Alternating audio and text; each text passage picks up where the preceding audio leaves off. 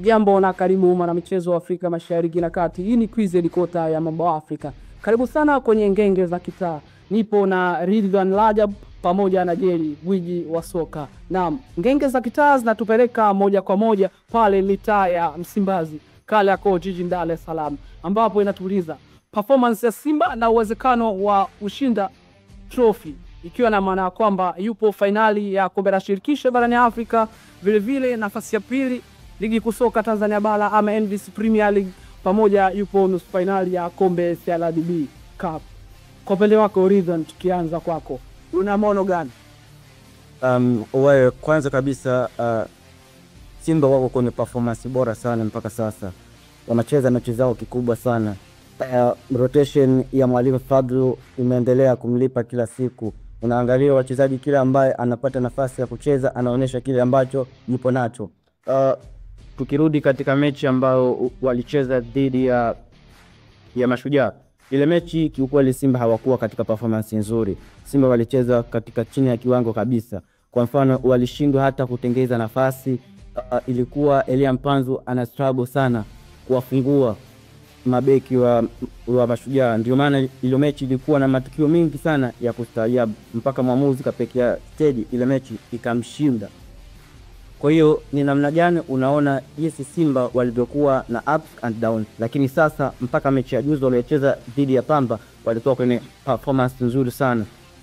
Nafasi ya wao kushinda treble kwangu mimi yes wanayo, kwa sababu mpaka sasa wako nafasi ya pili wakiwa nyuma ya Dar es Salaam Young Africans kwa tofauti ya alama 4, na Yanga wakiwa wako mbele kwa mchezo mmoja tofauti na Simba.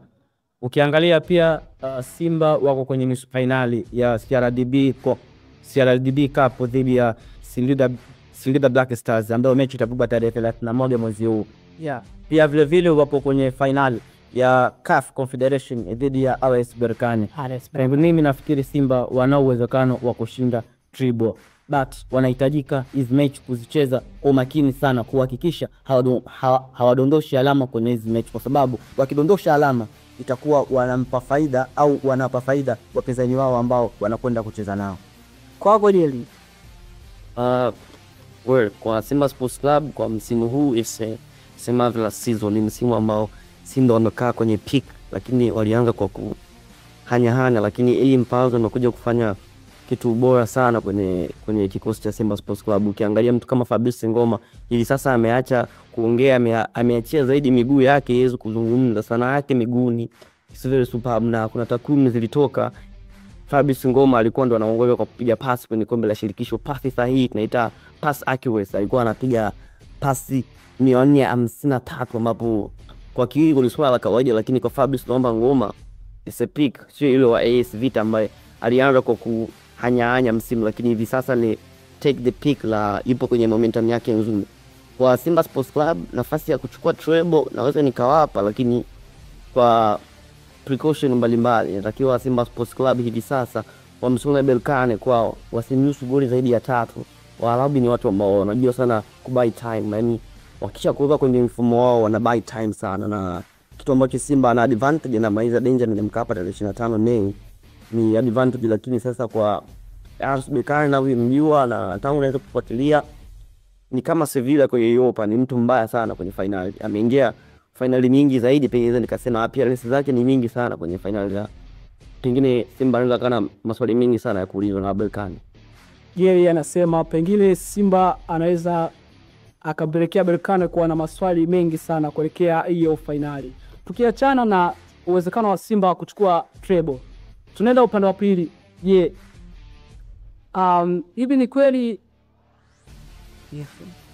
Hivi ni kweli Simba wana kikosi kipana kulingana na uhitaji wa Mwalimu Fadlu Davis? Tukianza na Jerry. Yes, na Simba Sports Club msimu unavyoanza awali ilikuwa kocha Fadlu alisema anajenga kikosi, anatengeneza kikosi cha ushindani kuelekea msimu ujao, lakini Simba Sports Club wamekuja na surprise package kutokana na spirit iliyopo katika training session, katika kambi ambao Mwalimu Fadlu Davis yupo nao. Wachezaji fulani wamegain momentum, wapo kwenye mentality ya ushindi. Kwa hiyo sidhani kama ni kauli sahihi kusema sana Simba Sports Club wana kikosi kipana. Hapana, maana hata ukiangalia kwenye vikosi vyao vya kuanza Simba Sports Club, akikosekana mtu kama Jean Charles Ahoua, mbadala wake unakuwa ni mgumu sana. Replacement hata atakuwepo, lakini kufanya roles ambazo anafanya Jean Charles Ahoua kwa kweli ni very difficult. Kwa hiyo kwa kauli hiyo siwezi kusema Simba na kikosi kipana. Tuamini katika msimu wa Fadlu Davis anasema anajenga kikosi msimu huu. Fadlu Davis anajenga kikosi msimu huu. Bana Ridhiwani, Simba wana kikosi kipana kutokana na uhitaji wa mwalimu Fadlu Davis. Kwangu mimi hapana. Simba hawana kikosi kipana, bali Simba wana first 11. Wana wachezaji 11 ambao hawa wachezaji 11 wanamrahisishia mwalimu Fadlu kuweza kushinda mechi zake. Wanasema timu ya ushindi haibadiliki, na ndo walisio waliokuwepo pale Simba Sport Club. Ukiona kuna rotation ya baadhi ya wachezaji wakipumzishwa na wengine wakipewa nafasi, unaona kabisa Simba sio ile, yani inacheza katika level mbili tofauti. Kwa mfano turudi nyuma kwenye mechi ya Mashujaa. Ile mechi kuna wachezaji kama Jean Charles Ahoua hakuwepo kwenye ile mechi, lakini bad enough kitu ambacho kilitokea kwenye ile mechi, Simba wali struggle sana, walikuwa hawatengenezi nafasi za kutosha, wanapata wakati mgumu kumfungua mpinzani. Na kwenye ile mechi Mashujaa sio kwamba walikuwa compact sana, hapana, walikuwa wanacheza tu katika level ya kawaida. Yani timu hawakuiweka katika low block, bali timu waliweka katika mid block, lakini mid block ambayo ilikuwa inafikika. Yani ni kitendo tu cha wachezaji wa Simba kuwa na umakini ili kuweza kumfungua mpinzani, lakini kutokana na wachezaji ambao walikuwepo katika ile mechi ilikuwa ni kitu ambacho ni kigumu sana. Kwa hiyo kwangu mimi nafikiri Simba wana kikosi tu first 11 ambayo inamsaidia mwalimu Fadlu katika kushinda mechi zake, lakini ukija kwenye kikosi kipana hapana, bado. Kwa mfano kuna sababu kama ya mtu Elia Mpanzu, unakuta mechi zote anacheza yeye, hakuna mtu ambaye anatoa hata robo tu ya kile ambacho anakitoa Elia Mpanzu. Ukija kwa Jean Charles Ahoua pia ni vile vile, hakuna ambaye anatoa hata robo ya kile ambacho anakitoa Jean Charles Ahoua. Kwa hiyo hapo uweze kusema kwamba Simba wana kikosi kipana, bali tubakie kusema kuwa Simba wana first 11 iliyokuwa bora. Ridhiwani, Simba tuseme wana first 11 ama kikosi kilichokuwa bora, sio kikosi kipana. Ngenge za kitaa moja kwa moja zinatupeleka nje kidogo ya jiji la Dar es Salaam katika mitaa ya Chamazi. Naam. Performance mbovu ya Azam Football Club takriban misimu 5 mfululizo inachadizwa na nini Ridhiwani? Kiukweli Azam ni filamu ambayo ukitazama hata wao Azam wenyewe ni filamu, ni kana kwamba ni filamu ambao wao wenyewe wameicheza, lakini wakikaa pembeni wakiangalia, yani wao wenyewe hawapati kile kitu kwamba wanasema hiki kitu tulifanya lakini sio bora. Azam inafikirisha sana, ukiangalia aina ya sajili wanazofanya ni sajili za gharama, wachezaji ambao wana talent kubwa sana. Kwa mfano ile first 11 ya Azam, ukawachukua wale Azam wale wachezaji ambao wanacheza kwenye ile first 11 ukawapeleka Simba au Yanga, yani kutokana na ile pressure tu ya Simba na Yanga, basi wale wachezaji wanaweza kufanya kitu kikubwa sana. Kwa hiyo swala la Azam kuendelea kustruggle msimu baada ya msimu, nafikiri tatizo yani halipo kwa wachezaji peke yao. Tunazungumzia fighting spirit kwenye football. Ili uweze kushinda mataji lazima uwe na fighting spirit. Na fighting spirit sio kwa ajili ya wachezaji peke yao. Hapana, wanahitajika hata viongozi nao wawe na ile fighting spirit, njaa yao kupata mafanikio. Ukiangalia viongozi wa Azam hawana hicho kitu. Yani timu pale wakati ambao inapata matokeo mabaya, bado wao yani wanachukulia very normal, yani wanachukulia kawaida sana, yani hawajali, yani wao wenyewe wanaona ni kitu cha kawaida kwa wao kupata matokeo mabaya. Lakini ukija kitu kile ambacho wanacho viongozi kile pia ndio kimepelekea wachezaji ku adapt. Unaona wachezaji na wao kuna mechi hii wachezaji watacheza katika kiwango cha juu, mechi hii watacheza katika kiwango cha chini, lakini hakuna ambaye anawajaji how mnacheza hivi na kwa nini mnapoteza alama kizembe, hakuna. Kwa hiyo nafikiri viongozi wa Azam wanahitajika wajifikiri sana katika namna ambavyo wanaichora ramani. Unajua kuchora ramani sio tatizo, bali tatizo linakuja kwenye kuifuata ile ramani ili uweze kutimiza malengo.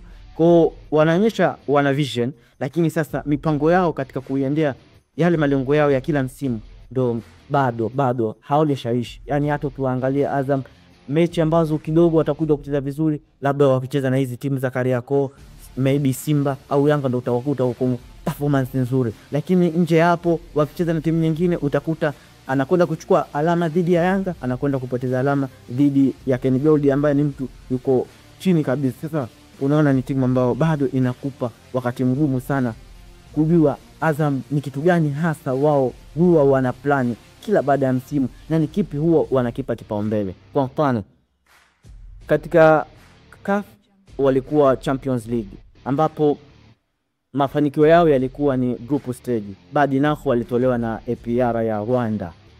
Sawa, labda tuseme bado hawajakomaa katika kuicheza hii michuano. Sawa, tuje huku nyumbani. Walikuwa na mchezo wa CRDB Cup dhidi ya Mbeya City. Yani mechi ambayo inashangaza, Azam anakwenda kupoteza dhidi ya Mbeya City, timu ambayo iko championship.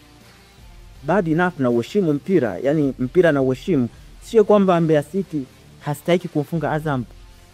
Yani nafasi hiyo nao kwenye football, lakini sasa kulingana na wachezaji ambao wapo pale Azam, babi inatoa maswali magumu sana. Why Mbeya City anakwenda kumfunga Azam? Unakuta Azam ametolewa tayari kwenye CRDB, hayupo. Ukija kwenye NBC kwenye rani ya ubingwa pia hayupo. Sasa hivi anagombania nafasi ya 3. Pia hiyo nafasi ya 3 anahitajika akaze kweli kweli, maana kuna mpinzani wake anakuja nyuma, Singida Black Stars. Kwa kwangu mimi, viongozi wa Azam wanahitajika wajitafakari katika namna ambayo waangalie namna bora jinsi ya kusimamia mipango yao na kuhakikisha mipango yao ya kila msimu inakwenda vizuri.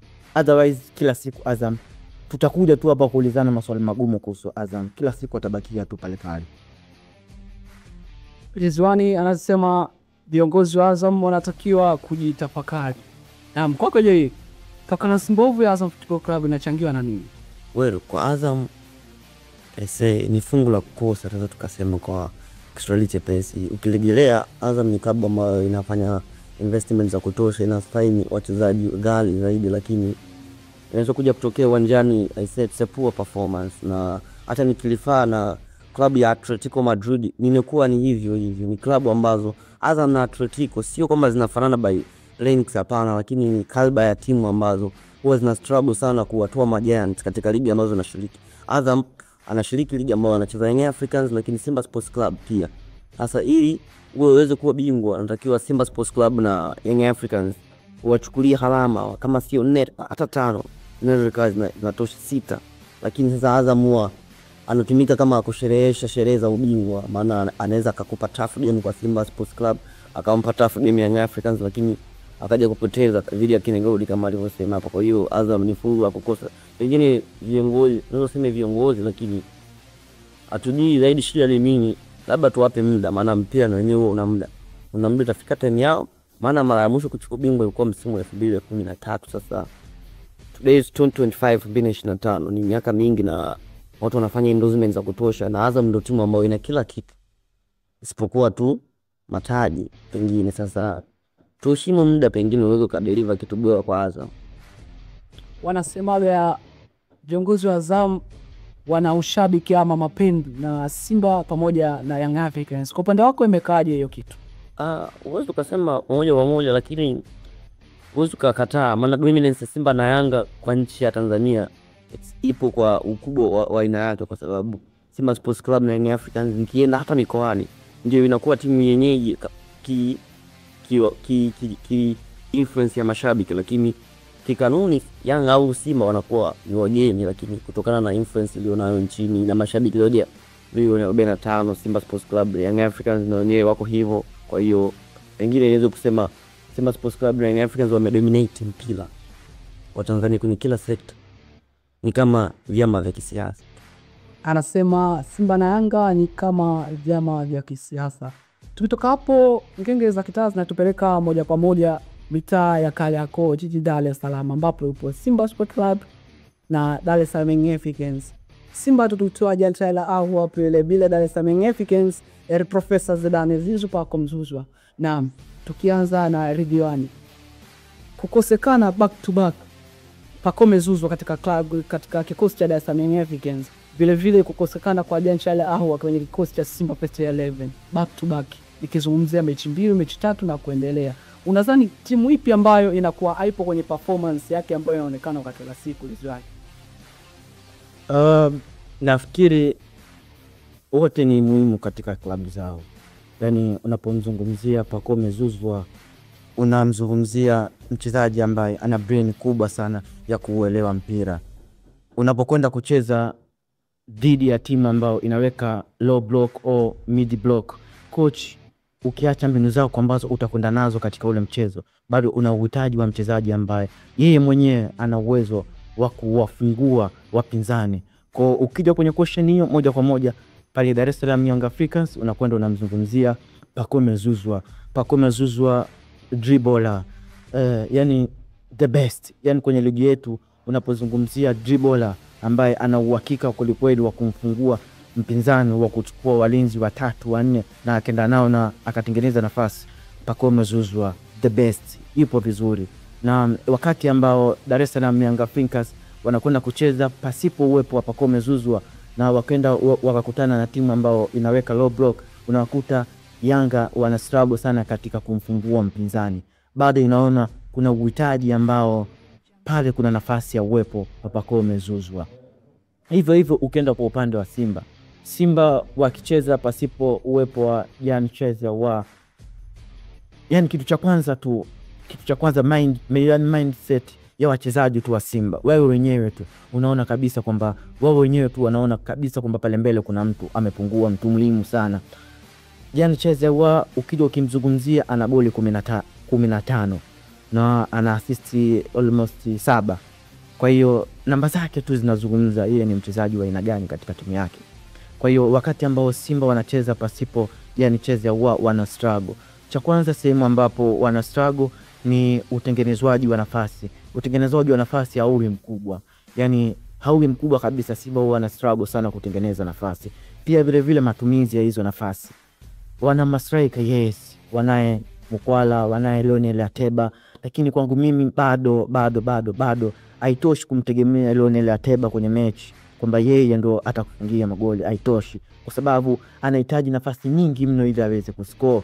Unakuja kwa Mukwala the same vile naye anahitaji nafasi nyingi pia vile aweze kuscore. Lakini ukija kwa Jean Charles Ahoua, yeye sio kwamba atahitaji tu yani atahitaji tu chance ambayo imetengenezwa ili aweze kuscore.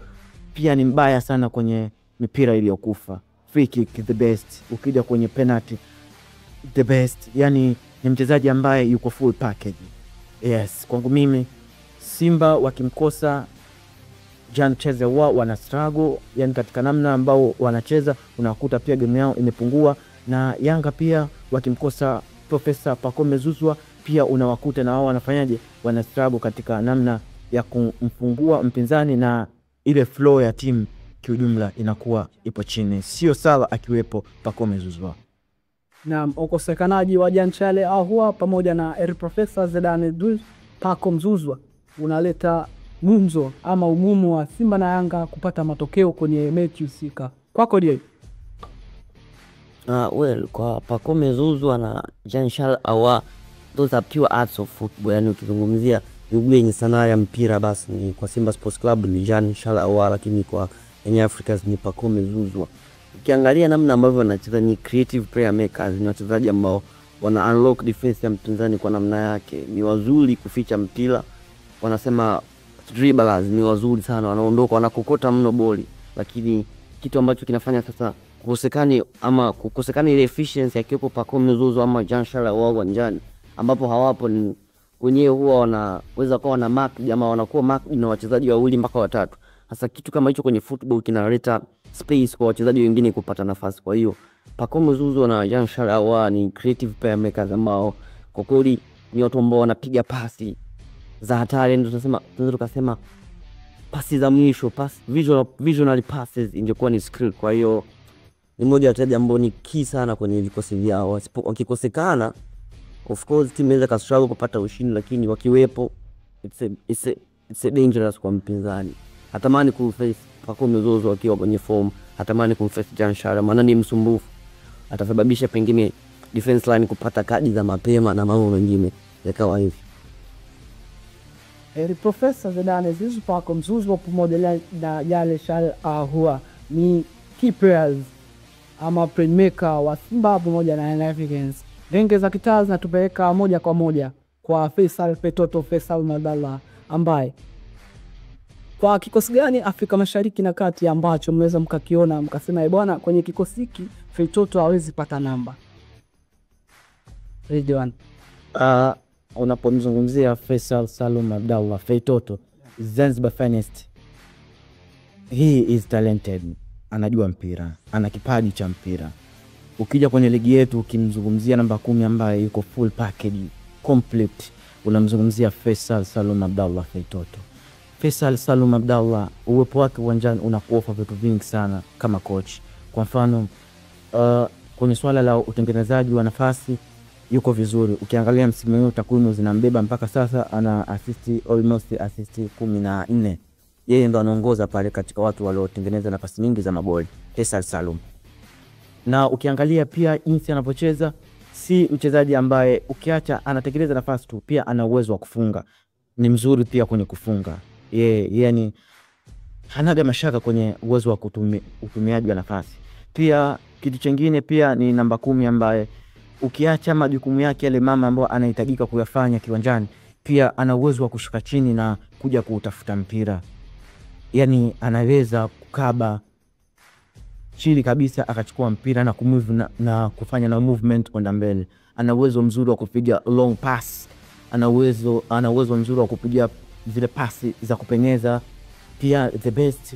Kwa hiyo unapomzungumzia Faisal Salum Abdallah, ni mchezaji mzuri, anajua sana mpira, ni mchezaji ambaye anakuofa vitu vingi sana kama mwalimu kwenye mechi. Na sidhani kwa Afrika hii Afrika ni timu chache sana ambazo unaona kabisa kwamba Faisal chache mno. Kwenye ligi yetu hakuna timu ambao Faisal Salum Abdallah hawezi kupata nafasi. Yani anaanza kabisa kwenye kila kikosi. Ukienda Simba, ukienda Yanga, ukienda Azam wenyewe, ukienda Singida, ukienda, hakuna namba 10 ambayo yuko complete kama Faisal Salum Abdallah Fetoto. Faisal Salum Abdallah the best. Na kitu kikubwa tu kwamba msimu huu ana ofa nyingi sana anazozishwa nazo Faisal Salum Abdallah. Kwa mfano kuna ofa inasemekana, kuna ofa ya Kaizer Chiefs. Nao wametuma ofa, wanamtaka Faisal Salum Abdallah. Pia kuna ofa ya Simba Sport Club.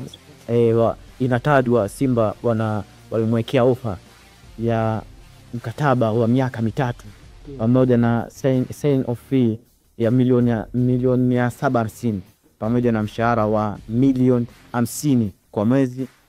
Huku pia kukiwa na ofa ya nyumba ya kifahari, nyumba ya ndoto zake pamoja na gari ya kifahari. Huyo Fetoto, huyo ni Faisal Salum Abdallah Fetoto. Pia upande mwingine Dar es Salaam Young Africans, na wao bado wana imani kwamba yani kwa sasa Faisal level aliokuepo ni mchezaji ambaye anastahili kulipwa vizuri, na wao pia wamepeleka ofa yao ya mwanzo walikuwa inazungumzwa ya Dar es Salaam Young Africans, ilikuwa ni mkataba wa miaka 2, hela ya signing fee ni milioni 650 pamoja na mshahara wa milioni 40 kwa mwezi, na pia ofa ya nyumba na gari, na wakiahidi na bonus nyingine, aidha akicheza vizuri au akifunga magoli, akitoa assist, pia kuna bonus nyingine anaweza kupata. Kwa hicho tu itoshe kukuonyesha kwamba Faisal Salum Abdallah ni mchezaji ambaye ana performance nzuri na ana talent kubwa, na kwa Afrika hii ni timu chache sana ambazo Faisal Salum Abdallah hawezi kuanza katika first 11. Ni timu chache ambazo Faisal Salum Abdallah Fetoto anaweza kukosa kuingia katika first 11 ya kikosi chochote barani Afrika. Yeye siwezi kwenda tofauti na yeye kwa sababu Faisal it's a certified football player ambaye anakupa maana halisi ya kiungo ambaye ni mnyumbulifu. Na kuna kipindi mpaka msemaji wa Young Africans aliyepita alishawahi kusema kwamba Faisal hata ukimpeleka pale Norwich anaweza akaanza vizuri na akawasaidia pengine mpaka kupanda daraja ambapo inamaanisha Premier League. Kwa hiyo Faisal ni mchezaji ambaye it's a talent ambayo haipingiki, sio mpaka uambie sisi, lakini unaiona yenyewe kwa sababu ni mchezaji mwenye agility uwanjani, ana uwezo kupiga long range balls, na ni mtu wa mafataki wanamuita, na huwa namna yake ya ufungaji wa mabao ambao huwa anafananisha sana na Paul Scholes, viungo ambao walikuwa wana karibu ya uchezaji kama ya kwake. Yani ni deep, yani ni mchezaji ambaye anapenda sana kutumia rebound zikiwa zimetokea kwenye eneo la mpinzani. Kwa hiyo Faisal ni mchezaji ambaye hakuna timu ambayo naweza nikasema haanzi moja kwa moja, itategemea na approach za mwalimu. Kwa mfano National Ahly ni inaweza kawa ngumu kwa sababu approach ya mwalimu na nini, lakini kwa Afrika Mashariki isifoe kwamba lazima aanze Faisal Salum. Ni pure talent. Afrika Mashariki Faisal Salum kila timu lazima aanze. Na ngenge za kitaa moja kwa moja zinatupeleka pale katika mbio za kuporomoka daraja. Kama unaweza kuona Tanzania Prisons alama 27, Pamba Jiji alama 27 pamoja na ndugu zetu kutokea Kagera alama 22. Huku vijana kutokea Mbeya Ken Gold wameshaporomoka daraja mwenye alama 16. Vita ya kuporomoka daraja imekaje kwa upande wako? Nani unaweza ukasema anashuka kutokana hadi sasa hivi tupo katika raundi ya 27? Misimamo kama tunavyoona Ridhiwana. Zimebakia mechi 3 sio? Ukimtoa Simba na Yanga ambaye Yanga amecheza mechi 26.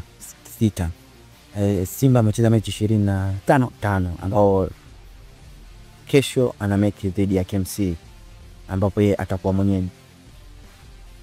Timu nyingine zote zimebakiwa na mechi 3.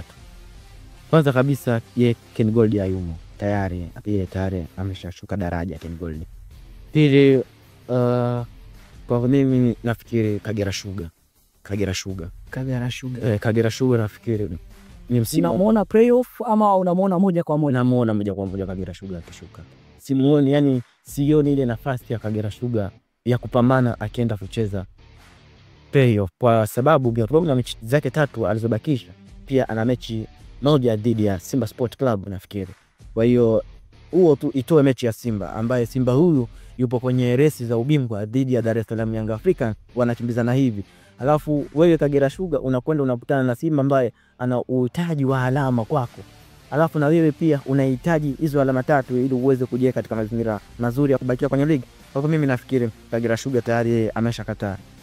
Ni ngumu sana Kagera Sugar kucheza playoff. Namuona kabisa Kagera Sugar akiungana na Ken Gold kushuka daraja. Ni wakati wake wa kushuka ili aende naye akauone ugumu wa championship. Kuna story za chini ambazo zinazungumzwa juu ya Kagera Sugar. Kagera Sugar aliwahi kuzungumza Obrey Chola Chirwa. Alisema kwamba viongozi wa Kagera Sugar wako busy sana na viwanda vya sukari. Yani wao wako busy sana na kampuni ya Kagera Sugar kuliko hata timu yenyewe. Yani viongozi wako busy kabisa yani na masuala ya uzalishaji wa sukari kuliko hata performance ya timu kwenye ligi. Ndio maana unakuta ups and downs zipo nyingi sana Kagera Sugar. Wachezaji wanacheza sana chini ya kiwango kupita maelezo. Ukiangalia hapa katikati alipoa timu Juma Kaseja akashinda hapa, watu wakaanza kujiaminisha kwamba yes kidogo Juma Kaseja anaweza kurudisha yale matumaini, lakini naamini yeye mwenyewe Juma Kaseja akikaa peke yake anaamini kwamba ni ngumu sana kuibakisha Kagera Sugar katika ligi kuu. Nafasi ya playoff bado kwa sababu unamzungumzia Pamba ambaye ana pointi 27. Unamzungumzia Tanzania Prison ambaye ana mechi 27 pia. Kwa hiyo chochote kinaweza kutokea kati yao watu wawili hapa. Ridhiwani, chochote kinaweza kutokea kati ya Tanzania Prison pamoja na Pamba. Twende kwa Jeli. Wewe kwa Kagera Sugar na Ken Gold tuwape mkono wa buheri kwa kushiriki ligi ya msimu huu, wajipange kupanda daraja. Lakini kama zungumzia Tanzania Prison na Pamba Jiji, kwanza nikaanza na Pamba Jiji. Coach Felix Ninzi ni master wa michezo ya playoff. Kwa hiyo pengine naweza nikatoa advantage kwamba Pamba Jiji tunaona msimu ujao kutokana na coach ama aina ya coach aliyenaye. Ni mtaalamu sana wa kucheza mechi za mitoano na ameshafanya mambo kibao. Kuna kipindi alikuwepo Mtibwa na aliyasaidia ambapo wanabaki ligi kuu. Kwa hiyo mimi kwa upande wangu Kagera Sugar na Ken Gold tuwape mkono wa kwaheri, lakini Pamba Jiji na Tanzania Prisons wanaanza kucheza playoff. Lakini kutokana na msimamo ulivyo Fountain Gate na KMC, Fountain Gate ikiwa na alama 29 lakini KMC kina alama 30. Yamaanisha KMC ikipoteza mchezo wake na mmoja kati ya Pamba Jiji ama Tanzania Prisons wakashinda, anamkuta alama. Kwa hiyo kuanzia nafasi ya 10 mpaka 14 ni vita, ambapo nafasi ya 10 inashikwa na Mashujaa. Kwa hiyo ni vita ambao kwa kweli mechi bado 3, lakini ni vita kubwa sana kwa hivi vilabu kuhakikisha vinasalia ligi kuu. Okay, ni vita kubwa sana kwa hivi vilabu vitatu kuhakikisha wanabakia ligi kuu ya NBC Premier League. Ngenge za Kitaa moja kwa moja zinatupeleka Championship, ambapo timu ya Mtibwa Sugar kutoka mkoani Morogoro, vile vile Mbeya City kutoka mkoa Mbeya, the Green Seal, wamepanda daraja rasmi. Naam, Rediwani, kwa upande wako unaona msimu wa aina gani 2025 2026 kutokana na upandaji wa daraja wa Mtibwa Sugar pamoja na Mbeya City? Nafikiri ni wazi kwamba msimu ujao utaendelea kuwa ni msimu wa ushindani sana. Yaani nina uhakika wa 100% kwamba next season ushindani utakuwa mkubwa sana kulinganisha na msimu, na nafikiri itakuwa game after game, game after game, game after game. Ukiangalia ligi ya msimu hapa katikati kuna timu walikuwa zimerelax sana, kuna nafasi zilikuwepo zikaamini kwamba yes, hapa tulipo sisi tuko comfort zone, yani tuko sehemu ambayo ni salama. Lakini sasa hivi ukiziangalia zimeshuka, yani zipo nafasi za chini chini hivi, na zisipokuwa makini zitashuka zaidi. Simi naelewa. Kwa hiyo nafikiri ni msimu ambao utakuwa na ligi ngumu sana. Niwapongeze Mtibwa Sugar, niwapongeze Mbeya City kwa kufanikiwa kupanda kuja kucheza ligi kuu msimu unaofuata, lakini wanahitajika wajiangalie sana katika namna ambavyo wataboresha vikosi vyao, kwa sababu ligi na ushindani, wapo wanasajili wachezaji wenye uwezo mkubwa. Mwanzo alikuwa ligi yetu yani timu za ligi yetu, hata hawa Simba na Yanga alikuwa wanakwenda kusajili wachezaji ambao washamaliza kwenye football, wachezaji ambao umri umekwenda, watu wanakwenda kuchukua wachezaji ambao yani washatumika na timu nyingine. Kwa hiyo yani wako katika age hivi wazee, yani tunakwenda kuchukua yale makombo. Lakini sasa hivi ukiangalia hatupo tena katika level hiyo. Sasa hivi watu wanachukua wachezaji vijana kwa kweli, watu wanachukua talent kwa kweli. Kimzungumzia mchezaji kama Elie Mpanzu pale Simba Sport Club, the best anaofanya mchezo wa mpira uonekane rahisi mno. Kwa hiyo unaona ni jinsi gani ligi yetu inazidi kupanda. Tukiacha mambo mengine ya nje ya uwanja ya masuala ya marefa ambao mimi huwa sipendi kuyazungumzia sana, ligi yetu inazidi kukua. Kwa hiyo Mbeya City, Mtibwa wanahitajika wajipange katika dirisha la usajili, kuangalia namna bora ya kuboresha vikosi vyao ili kuwa tayari kwa kuja kushindana katika ligi kuu msimu ujao. Wasije na gea kwamba wanakuja kushiriki ligi msimu ujao. Wakija na gea ya kwamba tunakwenda kushiriki ligi msimu ujao, na imani wataweza kujiweka katika madhara ya kushuka. Lakini wakija na nia thabiti na mipango thabiti, pamoja na kusajili wachezaji wenye viwango kweli, wachezaji wenye profile nzuri, coaches, basi wanaweza wakafanya vitu vizuri. Ila nafasi ya kuwa ubingwa kwenye top 4 siwaoni hao watu wawili wakifanya ni season Mtibwa. Yani sioni. Bado kuna nafasi watawepo, ila wanahitajika wawe bora zaidi, wahakikisha wanafanya kila kitu ili kuhakikisha timu zao zinaboresha vikosi vyao kwa haraka na wachezaji ambao wana viwango vizuri. Mbeya City, Mtibwa Sugar wahakikishe waje wapo bora ili kufanya kilicho kwa bora. Na mkwako je, kwa upande wako unaiona vipi Mbeya City na Mtibwa ya msimu ujao?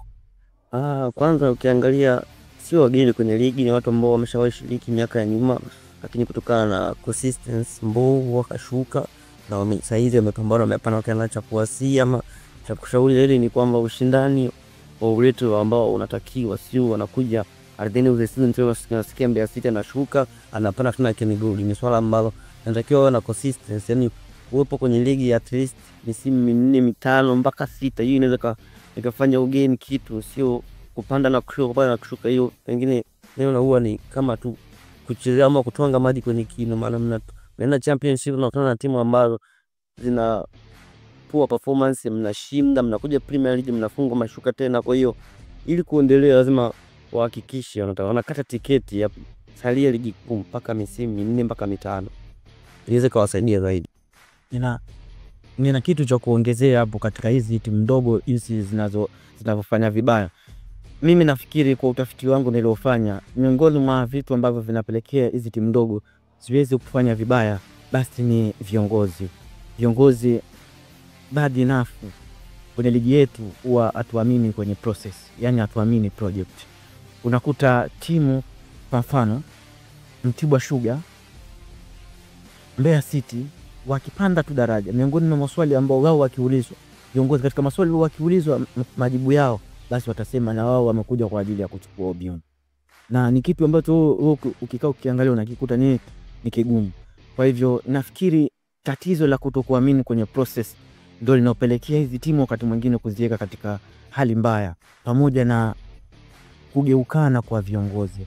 Kwa mfano utakuta coach anafukuzwa kazi, unaambiwa ana performance mbaya. Yani barua inatoka ambao coach akafukuzwa kazi, yani unaambiwa ana performance mbaya. Nitakupa mfano uliokuwa wazi. Singida Black Stars baada ya mechi dhidi ya Dar es Salaam Young Africans kule Zanzibar, walimfukuza mwalimu Patrick Ausems. Na taarifa iliyotoka kwamba mwalimu Patrick Ausems, viongozi walisema kwamba hawajaridhishwa na yani uendeshaji wake wa club, kwamba performance ya club ilikuwa mbaya. Hebu imagine timu ambayo kwenye mechi 11 imepoteza mechi moja, imepata sare mechi 2, unaambiwa ina performance mbaya. Sasa huyo kocha anahitajika afanye kitu gani? Yani ili timu iweze kufanya kitu kizuri anahitajika afanye nini? Sio, unanielewa?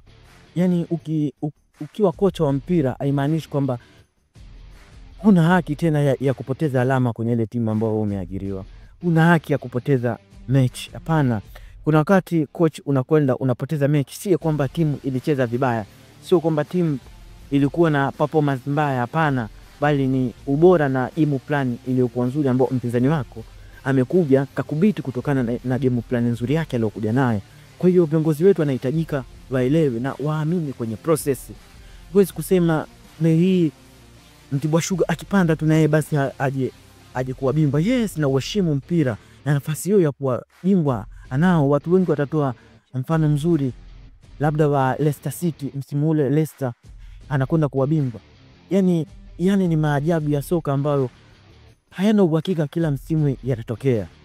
Yani ni vitu ambavyo ni mara chache sana vinatokea.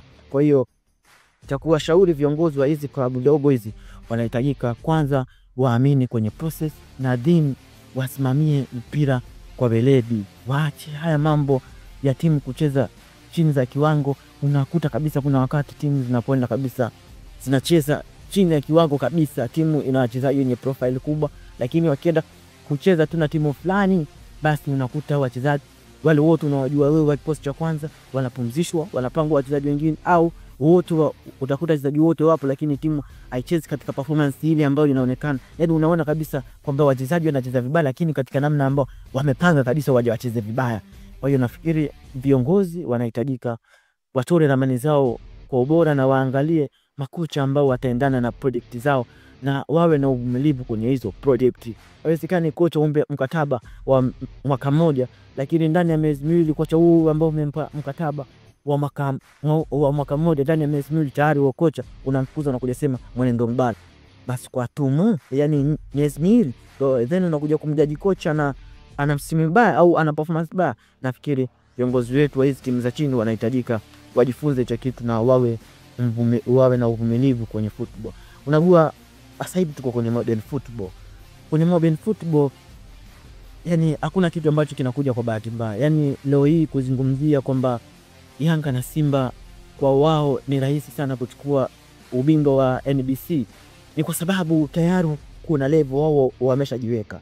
Yani level ya Simba na Yanga waliokuepo yani sio tena kujaji, yani kuwazungumzia ubora wao kuhusu kuchukua tena nini NBC Premier League. Tayari wao wana level ambao tunahitaji vitu vikubwa zaidi kutokea wao. Maybe kwenye mechi za kimataifa, kule kimataifa sasa ndio ambapo tunakwenda tunawatazama kweli kweli Simba na Yanga kwamba yes, huko kwenye ligi kuu nyinyi hatuna sana mashaka nao. Yani tayari ubora wenu tumeuthibitisha. Huko sasa ndio tunahitaji, yani huko ndio tunahitaji, tunatamani tuone mkishindana na hizi timu kubwa, Mamelodi, Al Ahly, Express de Tunis, Wydad Casablanca, RS Berkane. Tunahitaji kuona mnakwenda kuonyesha ushindani wa kweli. Na miongoni mwa vitu ambavyo vinapelekea hizi timu zetu kubwa kwenda kule kimataifa nadhani kucheza katika chini ya kiwango au kucheza katika mechi ambazo unaona kabisa wanazidia intensity ya mechi na wapalia pressure ya mechi, ni kutokana kwamba hatuna uhakika wa game, yani game ngumu nyingi katika ligi yetu. Game ngumu katika ligi yetu utazungumzia mechi ambayo itahusisha Simba na Yanga wao wenyewe kwa wenyewe. Yani hiyo ndio ambayo itatoa ile fighting spirit ya kutosha hiyo game hiyo, lakini huwezi kutarajia kwamba mechi ya Pamba dhidi ya Simba au maybe mechi ya Ken Gold dhidi ya Yanga alafu then iende katoe spirit, yani fighting spirit ya kutosha, test ya kutosha kwa hizi timu kubwa. Hapana. Ni kitu gani unakuta kabisa hizi level zao katika hili ligi kuu huku tayari wana madaraja yao. Kwa hiyo viongozi wa hizi timu ndogo na wao wanahitajika sasa kuvaa mioyo na kuwaajiri watu ambao wana weledi zaidi ya kuongoza mpira kuliko kuwaajiri, yani kutoa nafasi zile za kimpira kwa mazoea. Kwa mfano moja kati ya nafasi ambao ina muhimu sana ni mkurugenzi wa ufundi katika klabu. Yani klabu yote mkurugenzi wa ufundi, nazungumzia CEO. Utakuta kwenye hizi klabu ndogo hawa CEO ambao wanaajiriwa kwenye hizi klabu ndogo, klabu ya mpira, lakini kiongozi ambaye yupo pale vision yake haiendani kabisa na vision ya klabu, yani haiendani kabisa na vision na malengo dreams za kimpira, haiendani kabisa. Hana idea, ana ile jaa ya mafanikio kwenye mpira. Kwa hiyo kiongozi kama huyu hawezi kukufikisha katika nchi ya ahadi. Kwa hiyo lazima utafute kiongozi ambaye kweli yeye ana njaa na ana uelewa katika tasnia ya mpira wa miguu. Yes. Timu ndogo zitafute viongozi wenye weledi katika tasnia ya mpira wa miguu. Na Ngenge za Kitaa zinatupa kibali cha kwenda kuangazia medani za kimataifa ambapo inatupeleka Spain moja kwa moja. El Clasico, Barcelona dhidi ya Real Madrid. El Clasico, tukianza kwa mtaala mjili gwiji wa soka, kesho ni El Clasico. Kwa upande wako kutakuwa ni mchezo wa aina gani? Sijui nianzie kwa idara gani, lakini El Clasico ya kesho Jumapili ni mechi ambayo inaweza ikawa ya produce magoli mengi sana, kwa sababu Real Madrid hivi sasa amekuwa mteja wa FC Barcelona. Ni mechi tatu za nyuma FC Barcelona amechukua ushindi mnono, sio tu ushindi mnono wa magoli dhidi ya Real Madrid. Sasa siku ya kesho na waza kichoni mwa Carlo Ancelotti anawaza nini, na Hans Flick pia umweke yake ameifanya vipi, kwa sababu ndio kushuhudia wametoka kutolewa na International Milan bao la Flatesi dakika za mwishoni kabisa, ndio wavunja moyo vijana wa FC Barcelona, lakini wanakuambia wenyewe it's time, ikifika watadeliver kitu ambacho kinatakiwa na watatoa ndio UEFA Champions League. Kumbuka wana makombe 5 tu UEFA Champions League, mara ya mwisho 2015 ambapo Real Madrid wenyewe wana makombe haya 15 ambapo wamezidi makombe 10, sio ambao huwa inaumiza sana mashabiki wa FC Barcelona. Lakini kwa siku ya kesho namuona Lamine Yamal, mtoto ambaye amekuwa na wonderful performance kwenye peak ya hali ya juu kuwasumbua mabeki wa Real Madrid. Lakini pia kwa FC Barcelona mchezaji ambaye akawa hatari, Rafinha amekuwa na msimu bora sana. Rafinha amekuwa ni mchezaji ambaye ana goal contribution ya hali ya juu pale FC Barcelona. Lakini kiungo Pedri Gonzalez naye ni mchezaji ambaye namtazama kwa hatari zaidi, yani player to watch kwa siku ya kesho kwa Real Madrid.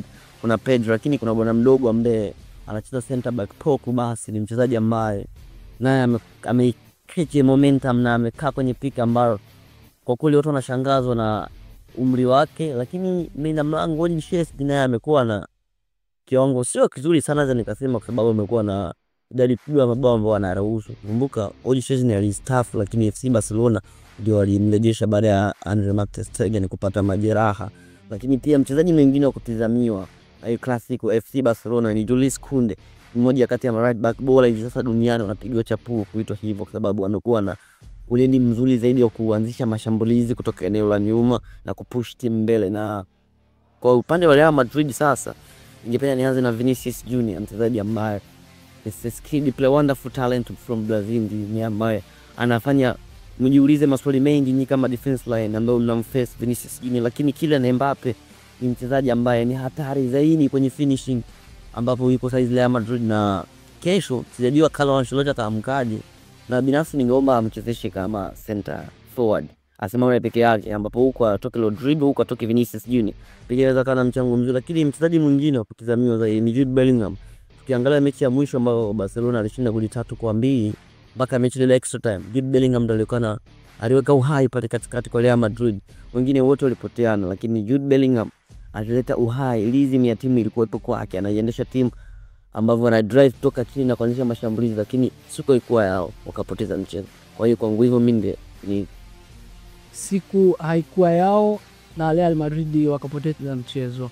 Naam, Live One, El Clasico kesho. Kwangu mimi nafikiri ni mechi ambayo bado nitakwenda kusimama na FC Barcelona kutokana na jinsi ambavyo timu yao iko very compact sana.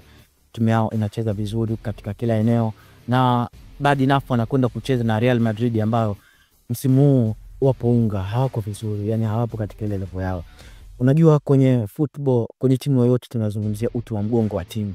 Na tunapozungumzia uti wa mgongo wa timu huwa tunazungumzia maeneo manne ya timu. Sehemu la kwanza ni goalkeeping. Kwa Real Madrid goalkeeping yani iko wazi, yupo goalkeeping mzuri, yupo goalkeeping mwenye roho ngumu zaidi, Thibaut Courtois.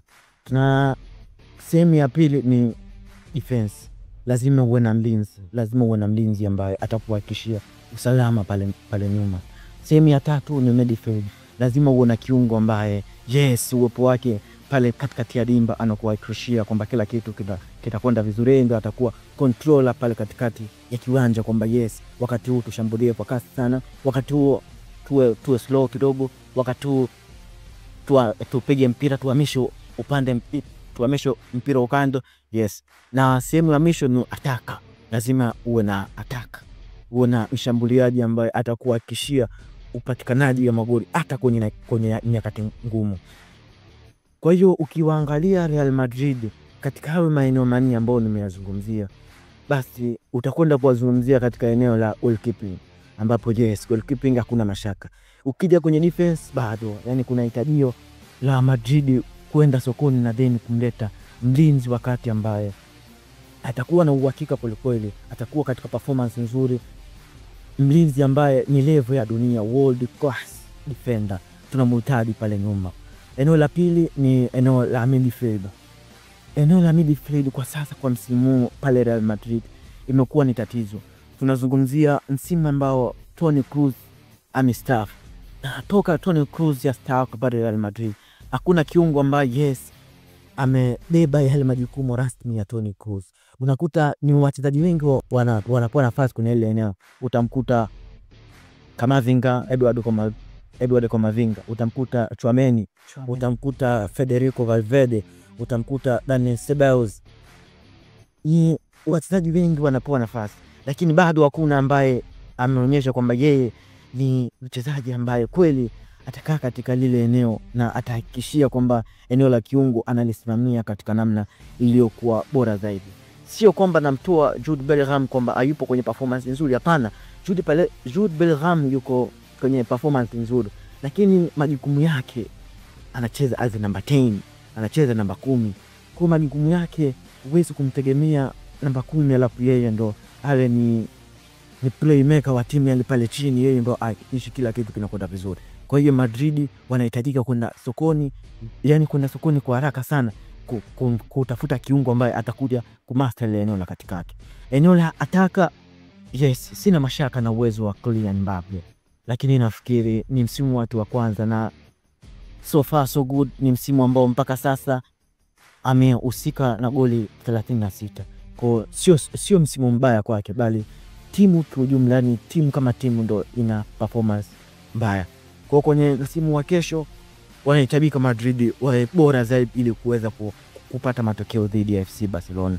Unazungumzia Barcelona ambao katikati ya kiwanja wana mtu pale kama Frenkie de Jong maestro, anajua mpira, anacheza mpira katika namna ya kuonyesha kwamba mchezo wa mpira ni mchezo rahisi sana, lakini sio rahisi. Kwa ni mchezaji ambaye yupo kwenye kiwango kizuri. Unakwenda unamzungumzia mtu kama Dani Olmo, unakwenda unamzungumzia mtu kama Gavi, Pedri, kwa unakuta Barcelona wana timu na wapo katika performance bora. Bad enough tu matokeo ya mpira yaliamua wao waweze kutolewa kwenye Champions League dhidi ya Inter Milan. Na nafikiri kwenye ile mechi kitu ambacho kilipelekea Barcelona kupoteza ule mchezo ni kocha. Kocha bado mpaka sasa najiuliza ilikuwa na wadhanini. Dakika 90, kwenye dakika 90 zimeongezwa dakika 5 uko mbele kwa goli 3-2 na zimeongezwa dakika 5. Kwa nini usibani mechi? Kwa nini usizuie ile? Kwa nini usiamue kuyalinda matokeo? Lakini unaona Barcelona bado waliendelea kuwa open sana. Na ukiwachunguza Barcelona kiujumla kwenye mechi zao zote msimu huu, Barcelona bado kwenye mechi ambazo wao wanahitajika wawe na nidhamu ya kiulinzi bado kuna kuwa na changamoto. Kwa hiyo hilo ni eneo ambalo wanahitajika kuliboresha, lakini kwenye mechi ya kesho ya El Clasico bado mimi kama mimi nitasimama na FC Barcelona. Viwani kwenye El Clasico atasimama na FC Barcelona kuchukua pointi 3 kilindoni. Na hii ni tamati ya quiz Likota. Ulikuwa nami Meli Alpha, midfielder wa kitaa chako, vile vile gwiji wa soka Jere pamoja na Ridwan_128. Nyuma kamera tupo na Nazareth Given, vile vile asante kwa mliofanikisha shughuli yote. Nazareth Given, Meli Alpha, yeye gwiji wa soka pamoja na Rika Rajab. Do do do do do do do do do do do do.